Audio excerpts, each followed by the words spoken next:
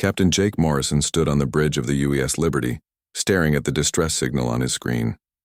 The message was broken and weak, but he could make out enough words to know something was very wrong at the Kepler 442b mining station. The signal had been repeating for 3 days before they picked it up. "Set course for the mining facility," Morrison told his pilot. Lieutenant Amy Rodriguez nodded and began plotting their route through the asteroid field. The Liberty was a patrol ship, not built for heavy combat, but Morrison had served long enough to know when civilians needed help. The journey took 6 hours through the dangerous asteroid belt. When they finally reached the mining station, Morrison felt his stomach drop. The facility was still operational, but it was flying Zilani Consortium flags instead of the human colonial banner. Tall insect-like ships surrounded the station like predators guarding their kill. "Captain, we're being hailed," Rodriguez said from her station. Morrison straightened his uniform and accepted the transmission. The screen filled with the image of a Zilani administrator, its crystalline exoskeleton reflecting the bridge lights. The creature's 4 arms moved in what Morrison had learned was their version of a formal greeting. "I am Vectar, administrator of this facility. You are trespassing in consortium space. State your business or leave immediately," the alien said in perfect but cold English. Morrison kept his voice steady. "Captain Jake Morrison of the United Earthship Liberty. We received a distress signal from this facility. We're here to check on the human families that were stationed here." Vectar's compound eyes seemed to shimmer with what might have been amusement. "The previous occupants have been relocated. This facility now operates under proper galactic commerce law. We acquired all rights through legal channels." "What about the families? Where are they?" Morrison demanded. "Some chose to leave. Others remain as part of our operation. This is not your concern, human. You have no authority here." The transmission ended abruptly. Morrison turned to his crew. "Rodriguez, scan the facility. Look for human life signs. Dr. Helen Grant, I want you to review everything we know about galactic commerce law regarding human colonies." Rodriguez worked at her console for several minutes before looking up with a troubled expression. "Captain, I'm detecting 17 human life signs in the detention section of the facility. They're all small, sir. Children." The bridge went silent. Morrison felt ice form in his stomach. "Children, are you sure?" "Positive, sir. Ages ranging from approximately 6 to 15 years old, based on their biological signatures."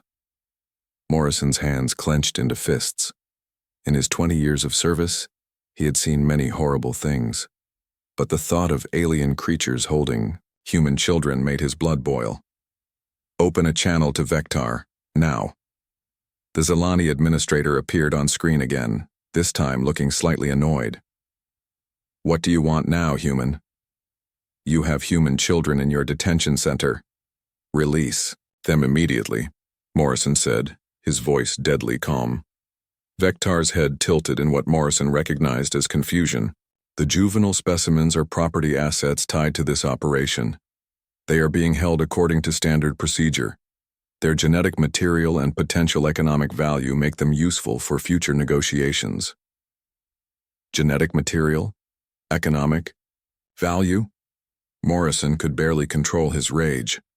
"Those are children, not specimens. They're human beings. They are smaller versions of the adult humans who refuse to comply with evacuation orders.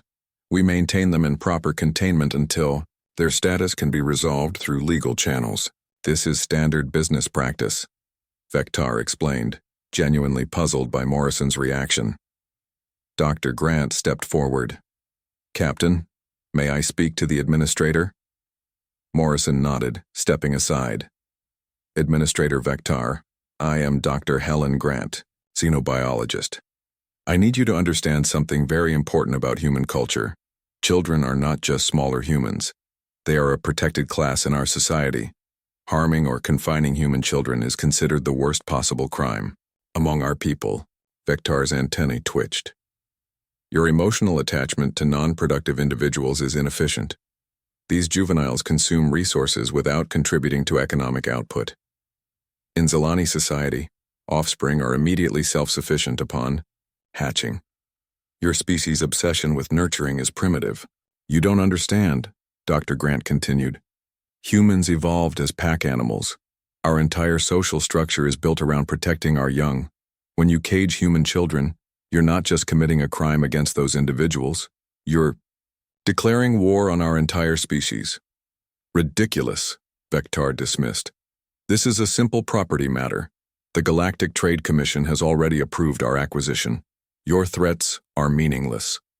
Morrison stepped back into view. Show me the children. I want to see that they're safe. Vectar hesitated, then activated a secondary screen showing the detention center. Morrison's heart broke at what he saw. 17 human children sat in energy cages designed for dangerous criminals. The youngest looked to be about 6 years old, a small boy with brown hair who was crying silently. The oldest was a teenage girl who was trying to comfort some of the younger ones. Their names, Morrison said quietly. What are their names? Vectar consulted a datapad. The specimens are cataloged by their genetic markers and potential value. Individual designations are irrelevant. They have names, Morrison said, his voice rising. That little boy is somebody's son. That girl is somebody's daughter. They have families who love them. The adult humans who claimed ownership of these juveniles forfeited their rights when they refused to evacuate. Standard procedure, Vectar repeated. Rodriguez looked up from her station. Captain, I'm receiving multiple quantum communications from Earth Command. Word is spreading about this situation. Morrison nodded grimly. Once the news reached human space, there would be no stopping what came next. He had served in the colonial wars and knew how humans reacted when their families were threatened. But these aliens had no idea what they had just unleashed. Administrator Vectar, Morrison said formally, I am officially requesting the immediate release of all human children in your custody. This is your one chance to resolve this peacefully. Vectar's compound eyes gleamed. Your request is denied. These assets remain under consortium control until proper legal procedures are completed. This facility is protected by galactic commerce law. Your primitive emotional responses do not override proper business protocols. Morrison ended the transmission and turned to his communications officer. Send a priority message to Earth Command. Tell them we have 17 human children being held as prisoners by the Zilani Consortium. Request immediate diplomatic intervention and emergency military authorization. As the message went out across human space, Morrison stared at the screen, showing the caged children. The teenage girl had noticed the camera and was looking directly at it with defiant eyes that reminded him of his own daughter back on Earth. She mouthed words that the universal translator picked up. Please help us. Morrison knew that help was coming. The question was whether the Zilani would be smart enough to release the children before it was too late. Looking at Vectar's cold, calculating nature, Morrison doubted it. The aliens had no idea what they had done by caging human children, but they were about to learn. The emergency communication from Captain Morrison reached Earth Command within hours through quantum relay networks. Admiral Katie Sullivan read the report 3 times before she could fully process what she was seeing. 17 human children, held as property by an alien corporation. The very words seemed impossible to believe. Within 6 hours, every major news network in human space was broadcasting the story. Images of the caged children, obtained from Morrison's initial scan, appeared on screens across hundreds of worlds. Parents watching the broadcast held their own children closer. Military families began making calls to their commanding officers, demanding to know what was being done.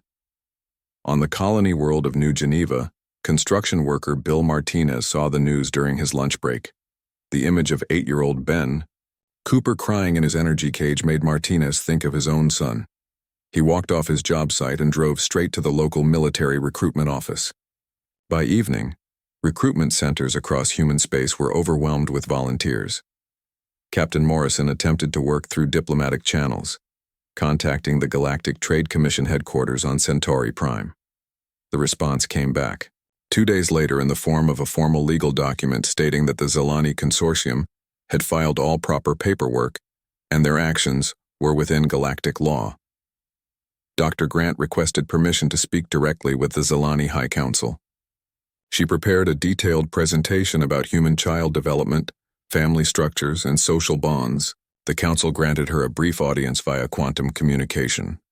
Honored council members, Dr. Grant began. I must help you understand what you're dealing with. Human children are not simply small adults. They require years of protection and nurturing to develop properly. In our species, threatening children triggers the deepest survival instincts. Council leader Zelmoth responded with obvious boredom. Dr. Grant, we have reviewed your species files. Your attachment to non-productive offspring is noted but irrelevant. Galactic law is clear. The consortium's acquisition is legal. You don't understand, Dr. Grant continued desperately. Humans evolved as pack hunters who protected their young above everything else. When you cage human children, you're not just committing a crime. You're triggering an instinct that goes back millions of years. Every human who sees those children will feel compelled to rescue them. Emotional responses do not override legal contracts, Zelmoth replied coldly. Your species must learn to operate within established galactic commerce protocols. Back at the mining facility, Administrator Vectar was growing concerned about the increasing human presence in the system. 3 more ships had arrived, all claiming to be conducting routine patrols. But Vectar could see they were actually establishing a perimeter around the facility. He decided to inspect the human juveniles personally to ensure they remained viable assets. Walking through the detention center, he observed their behavior with clinical interest. The smaller ones cried frequently, which he found annoying.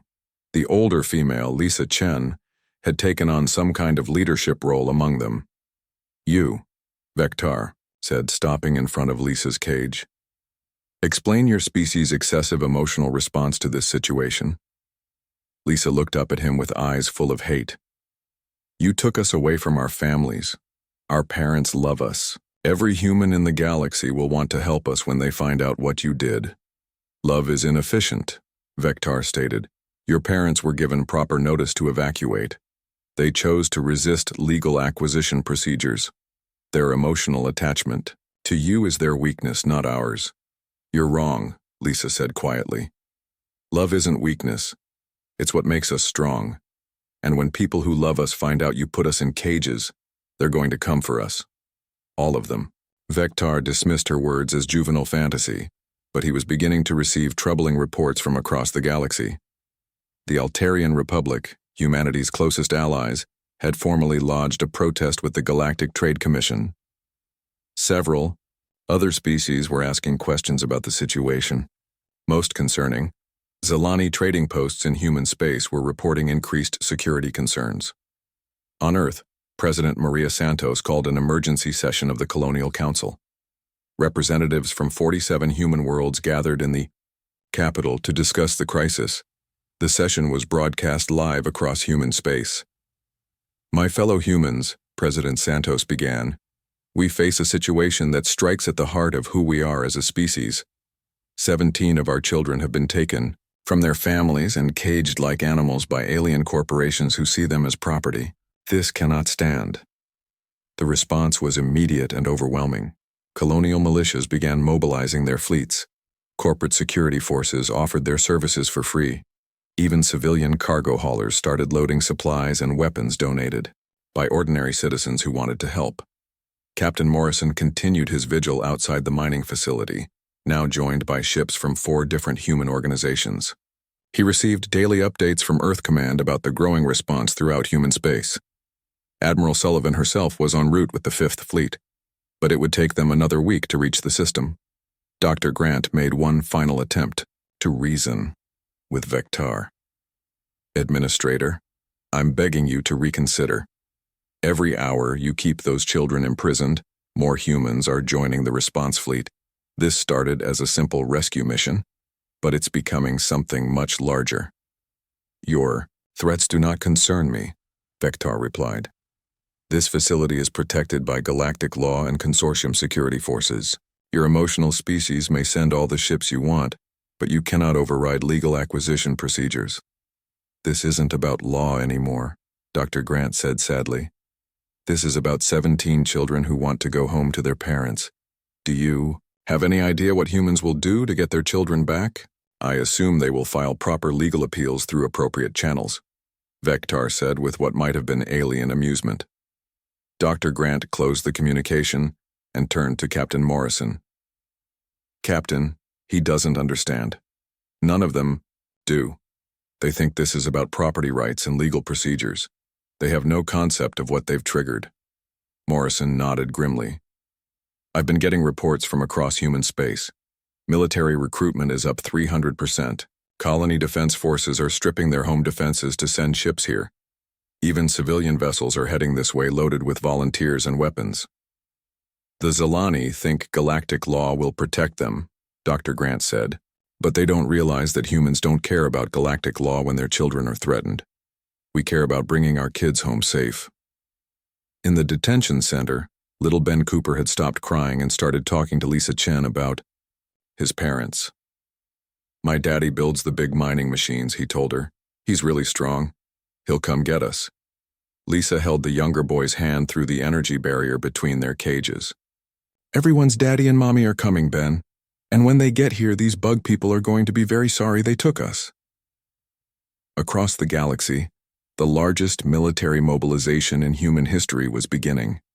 Ships were converging from dozens of systems, all heading toward one destination. The Zilani Consortium had made a catastrophic error in judgment.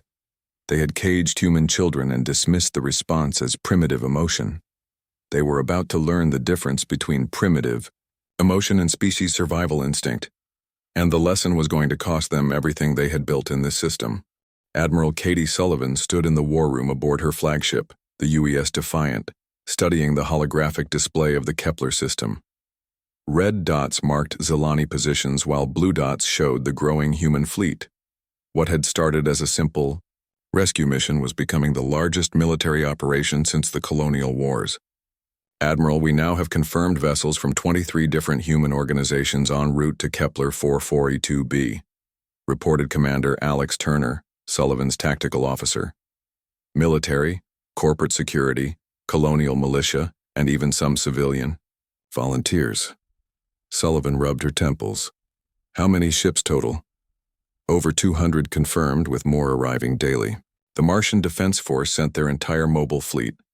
The Titan Mining Consortium deployed every security vessel they have. Even the new Tokyo Colonial Militia is coming, and they're 3 weeks away. The response was unprecedented in human history. Sullivan had expected military support, but the civilian reaction shocked even her. Cargo haulers had been converted into troop transports. Mining vessels carried improvised weapons. Families were selling everything they owned to fund rescue operations. On the colony world of Kepler Prime, factory owner Janet Miller organized a supply convoy after seeing 8-year-old Ben Cooper's face on the news.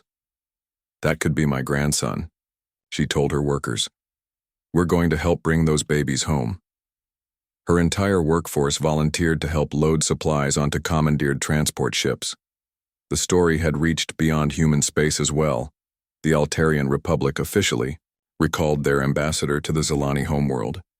The crystalline Valderans, despite having no children of their own, issued a formal statement questioning the ethics of using juveniles as commercial assets. Even some peaceful species that usually avoided conflict began expressing concern about the situation. But it was the response from ordinary human families that truly demonstrated the scope of what the Zilani had triggered. On Earth's lunar colonies, school children held bake sales to raise money for the rescue mission. Retired veterans came out of homes for the elderly to volunteer for support roles. Religious leaders of every faith held special services praying for the safe return of the 17 children. Captain Morrison, still maintaining his position near the mining facility, received constant updates about the growing fleet. Each new arrival strengthened his resolve but also increased his concern about what would happen when all these angry humans finally reached the system. Captain, we're receiving a transmission from Admiral Sullivan, Rodriguez reported. She's entering the system with the 5th Fleet. Morrison watched as 37 military vessels dropped out of hyperspace in perfect formation, but they were just the beginning. Over the next 6 hours, ships continued arriving from across human space. Mining vessels, cargo haulers, colonial, patrol boats, corporate security ships, and even a few luxury yachts that had been converted into rescue craft. Administrator Vectar watched the growing human presence with increasing alarm. His reports to the Zilani High Council became more urgent with each passing day. The humans continue to mass forces despite our legal protection. Their response is completely disproportionate to the situation. Council leader Zelmoth responded, with typical Zilani logic. Their emotional displays do not concern us. Galactic Trade Commission enforcement vessels are en route to protect our legal acquisition. The humans will not risk a galactic incident over a few genetic specimens. But Vectar was beginning to understand that the Zilani leadership fundamentally misunderstood what they were dealing with. He had studied human behavior during his time managing the facility, and their protective instincts toward offspring seemed to override all rational thinking. In the detention center, the children could hear the growing activity outside. Lisa Chen pressed her face against the energy barrier of her cage, trying to see through the small window. "Do you hear that, Ben? Those are ships, lots and lots of ships coming to take us home." Little Ben Cooper nodded, wiping tears from his eyes. "Are they here for us?" "Every single one of them," Lisa said with confidence she didn't entirely feel. "My dad told me once that humans never leave their children behind. Never." Dr. Grant was aboard the Defiant with Admiral Sullivan, serving as cultural advisor for the operation. She had prepared detailed briefings about Zilani psychology and social structure, but she kept coming back to the same conclusion. "Admiral, the Zilani simply cannot comprehend what they've done," she explained during a strategy meeting. "Their species evolved completely differently. They lay eggs in communal pools, and their offspring are immediately independent. They have no concept of parent-child bonds or protective instincts, so they really don't understand why we're here," Admiral Sullivan asked. "They think this is about property rights and legal contracts. To them, we're having an irrational emotional response to a simple business transaction. They cannot fathom that we would risk interstellar war over 17 children." Sullivan studied the tactical display showing nearly 300 human vessels now in the system. "Well, they're about to get an education in human nature." The breaking point came when news networks across human space began broadcasting live footage from the detention center. Someone had managed to hack into the facility's security system, and images of the caged children appeared on screens throughout the galaxy. The reaction was explosive. On New Terra, crowds gathered outside Zilani trade offices demanding the children's release. On Mars, colonial authorities ordered all Zilani personnel to leave the system within 24 hours. Even on peaceful worlds that rarely engaged in politics, citizens held rallies supporting the rescue mission. President Santos addressed the growing crisis in an emergency broadcast. "My fellow humans, we stand at a crossroads. 17 of our children have been taken from their families and treated as property by alien corporations. This is not just about those 17 brave children. This is about who we are as a species. Are we the kind of people who abandon our young when they need us most?" The answer came in the form of even more ships heading toward the Kepler system. Admiral Sullivan received reports of vessels leaving from systems she had never heard of, all carrying volunteers who wanted to help rescue the children. But the most significant development came from an unexpected source. Captain Roy Stevens of the cargo hauler New Hope sent a message that was broadcast across the entire human fleet. "My daughter Jenny is the same age as that little girl I saw on the news.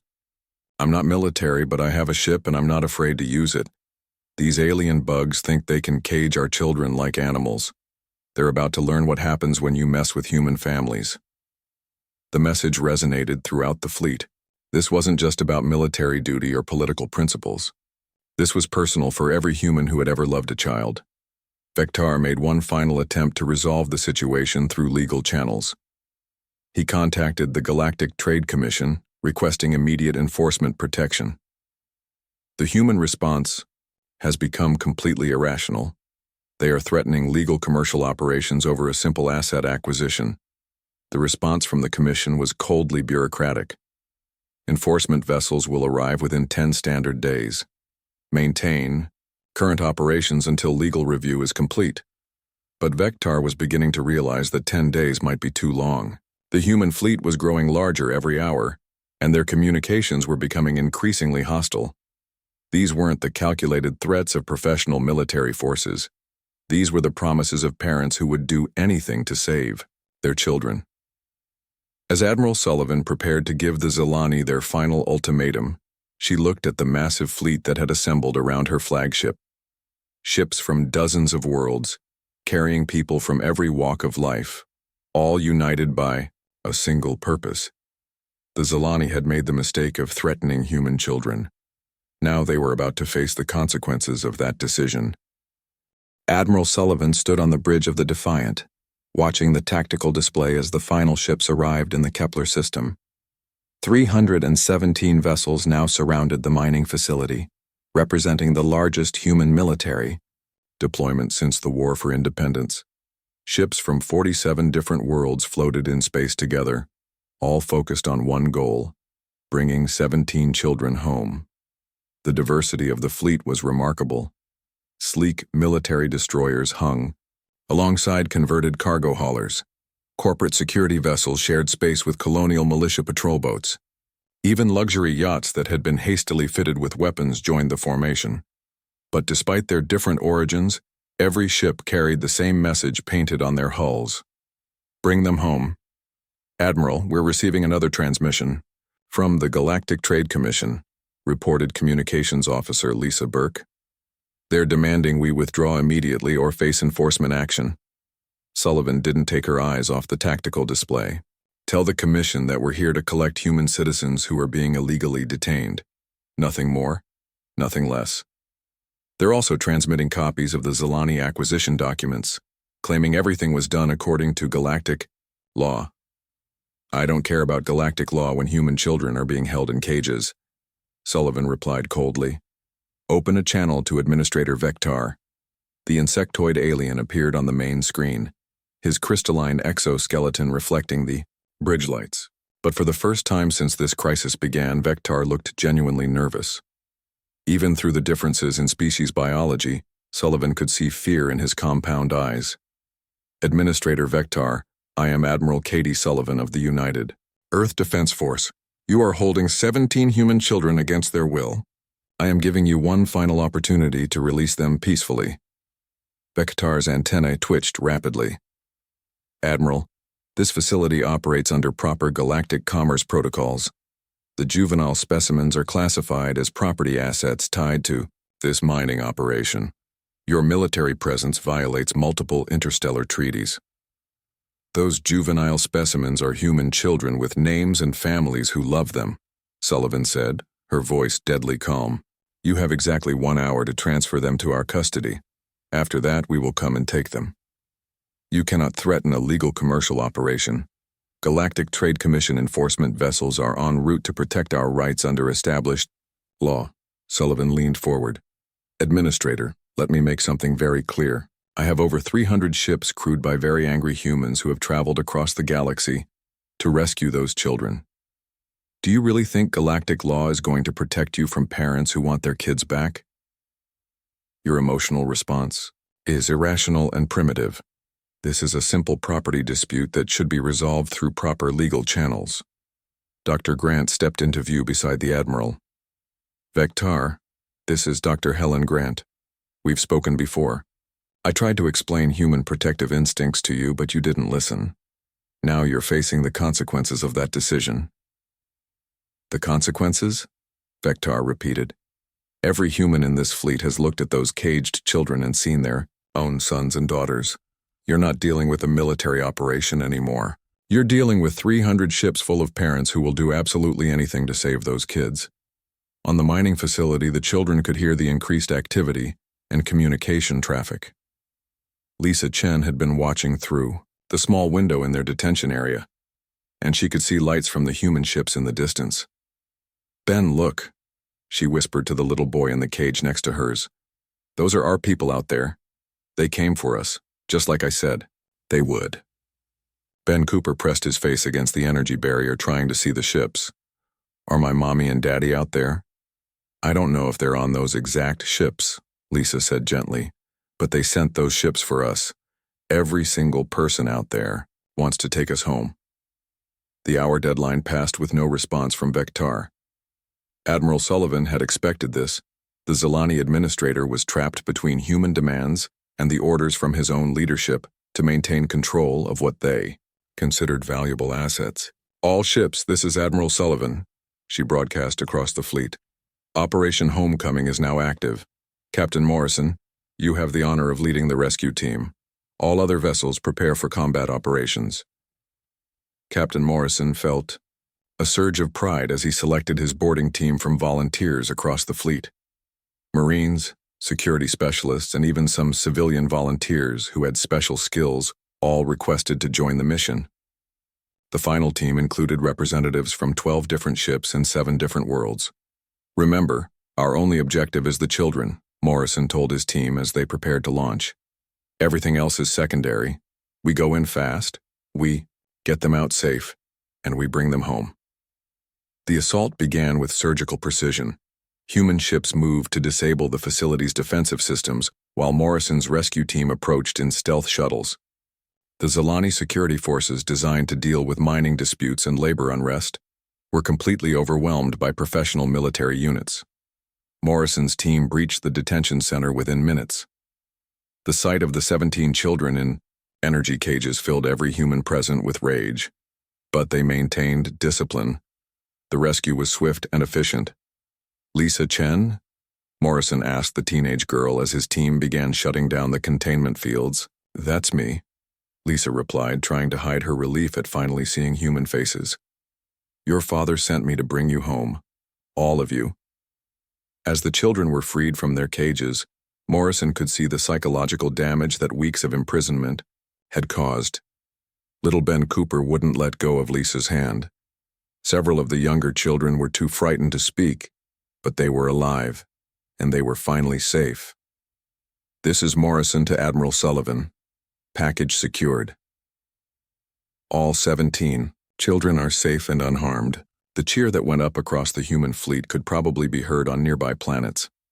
300 ships had come to rescue 17 children, and the mission was complete. But what happened next shocked the entire galaxy. Instead of withdrawing with the children, Admiral Sullivan gave a new order that would be remembered across the stars. "All ships commence total destruction of Zilani operations in this system. I want every mining platform, supply depot, and support facility reduced to debris." "Admiral," Commander Turner said quietly, "the children are safe. We have what we came for." Sullivan turned to face her bridge crew, her eyes blazing with an anger that ran deeper than professional duty. "The children are safe now. But what about the next time? What about when some other alien corporation decides human children are property to be caged and traded?" The systematic destruction of the Zilani operation was methodical and complete. Mining platforms that had taken years to build were vaporized in minutes. Supply depots disappeared in brilliant flashes of light. Transport ships and cargo haulers were reduced to scrap metal floating in space. Vectar watched in horror as trillions of credits worth of consortium assets were destroyed before his eyes. "This is madness. You have your juveniles. Why are you destroying our legal operation?" Admiral Sullivan's response was broadcast on all frequencies, ensuring every listening post in the sector would hear her words. "This is a message to every species in the galaxy. Human children are not property. They are not specimens to be studied.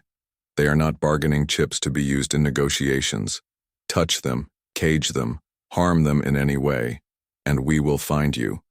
We will come for you with everything we have, and we will tear down everything you have built to set them free."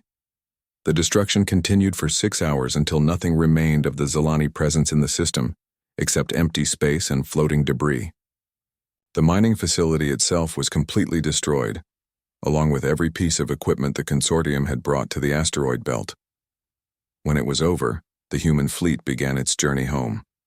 The 17 children were distributed among several ships for medical care and counseling, but they were all heading back to human space. Little Ben Cooper was reunited with his parents aboard the cargo ship New Hope, while Lisa Chen chose to travel with Admiral Sullivan to Earth. As the massive fleet departed the Kepler system, they left behind a clear message that would spread across the galaxy faster than any official diplomatic communication. Humanity had shown exactly what would happen to anyone who threatened their children. The demonstration had been so overwhelming and decisive that no species would ever make the same mistake again. But the real message wasn't about military might or superior technology. It was about something much more fundamental. It was about love, family, and the lengths to which humans would go to protect what they held most dear. The galaxy had learned that human children were not just individuals to be protected, but symbols of everything humanity valued and would fight to preserve. 6 months after the rescue at Kepler 442b, the galaxy was still adjusting to the new reality that humans had demonstrated. The destruction of the entire Zilani operation had sent shockwaves through every major civilization. For the first time in galactic history, a species had completely ignored established commerce law to rescue their young. Dr. Helen Grant sat in her office at the Xenological Institute on Earth, putting the finishing touches on her comprehensive report about the incident. The document, titled The Protective Imperative: Understanding Human Parental Response Patterns, had already been requested by diplomatic academies on 47 different worlds. The fundamental error made by the Zilani Consortium, she wrote, was their assumption that human protective instincts toward children were simply emotional responses that could be overcome by legal procedures. In reality, these instincts represent millions of years of evolutionary programming that override all other considerations when activated. The report included detailed analysis of the human response, from the initial mobilization of military forces to the unprecedented participation of civilian volunteers. Grant had documented how ordinary humans dropped everything in their lives to contribute to the rescue mission, demonstrating that child protection was not just a military or government priority, but a species-wide imperative. On the former mining facility's coordinates, now empty space filled only with debris, a permanent monitoring station had been established. The United Earth Defense Force maintained a small patrol there as both a memorial to what had happened and a warning to others. The station's commander, Captain Jake Morrison, had volunteered for the assignment. Morrison often looked out at the debris field and remembered the 17 children he had helped rescue. The image of little Ben Cooper crying in his energy cage still haunted his dreams, but it was balanced by the memory of the boy's joy when he was reunited with his parents aboard the New Hope. The political consequences of the incident continued to ripple across the galaxy. The Zilani High Council had formally apologized to humanity and established a massive reparation fund for the affected families. But the apology came too late to prevent lasting damage to their reputation and economy. Council leader Zelmoth, who had dismissed human concerns during the crisis, was removed from power by his own people.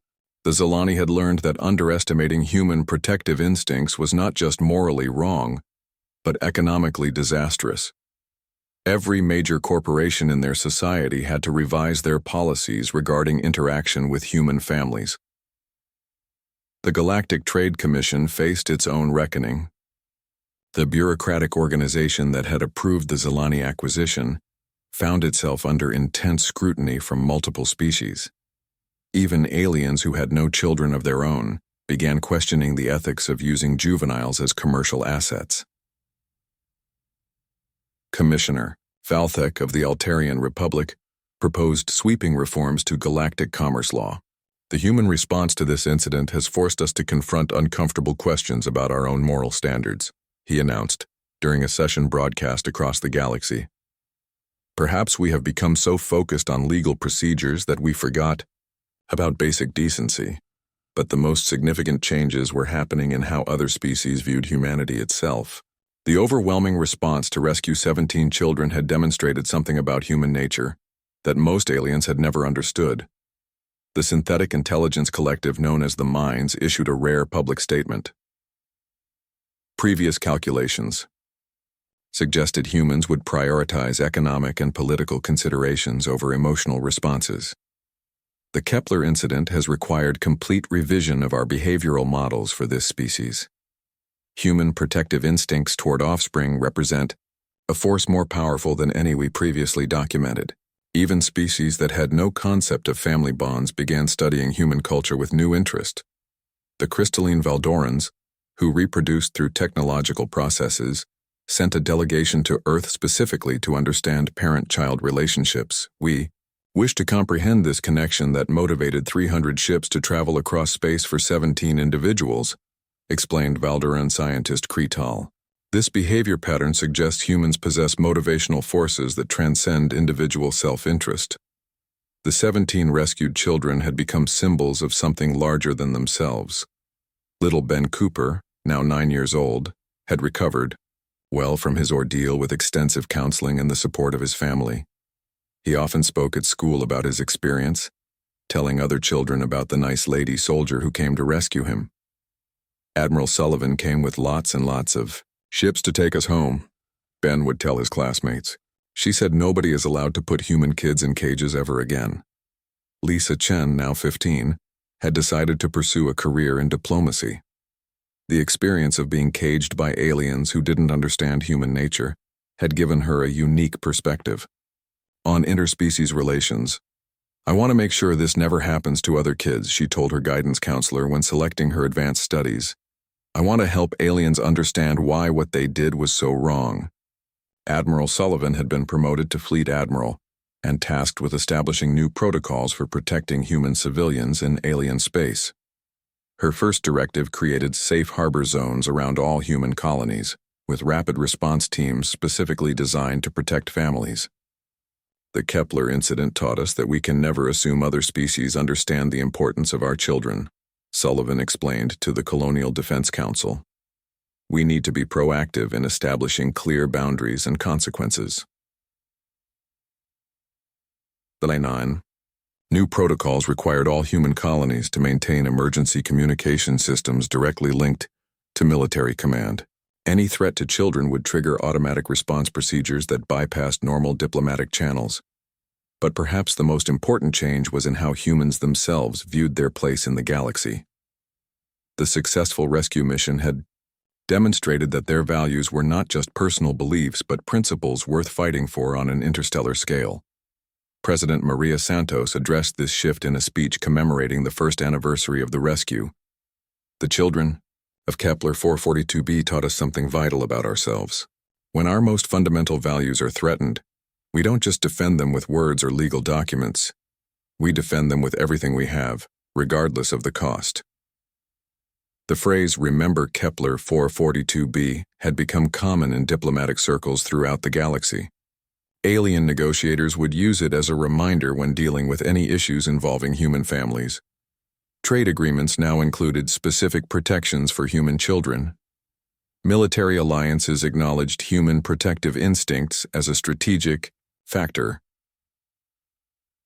The Corvallis Trade Federation, one of the galaxy's largest commercial organizations, completely revised their standard contracts after studying the human response. Any species capable of mobilizing 300 ships to rescue 17 children cannot be approached using traditional cost-benefit analysis. Their revised guidelines stated. Dr. Grant's report became required reading at the Galactic Diplomatic Academy. Students from dozens of species studied the human response to understand how evolutionary psychology could override political and economic considerations. The key lesson, Grant concluded in her report, is that humans will sacrifice everything for their children. This is not a weakness to be exploited, but a strength that defines our entire civilization. Any species that fails to understand this does so at their own peril. On quiet nights at the monitoring station, Captain Morrison would receive messages from across human space. Parents would send pictures of their children with notes thanking him for his role in the rescue. Teachers would forward drawings that students had made of the brave soldiers who saved the kids in space. But the message that meant the most came from Ben Cooper himself, now old enough to write his own letters. Dear Captain Morrison, thank you for coming to get us. I'm not scared anymore because I know humans never leave their kids behind, never ever. Morrison kept that letter framed on his desk as a reminder of why the monitoring station existed. The empty space around him was more than just debris from a destroyed mining facility. It was a monument to 17 children who had come home, safe, and a warning to the galaxy about what would happen to anyone who threatened human families again. The galaxy had learned its lesson well. Human children were not property to be acquired or specimens to be studied. They were the future of a species that would move heaven and earth to protect them, and that protection extended far beyond just the children themselves to encompass everything humanity valued most deeply. In the end, 17 caged children had changed the course of galactic civilization. They had forced every species to confront fundamental questions about morality, family, and the lengths to which intelligent beings would go to protect what they loved most. The answer, at least for humanity, was simple. There were no limits at all.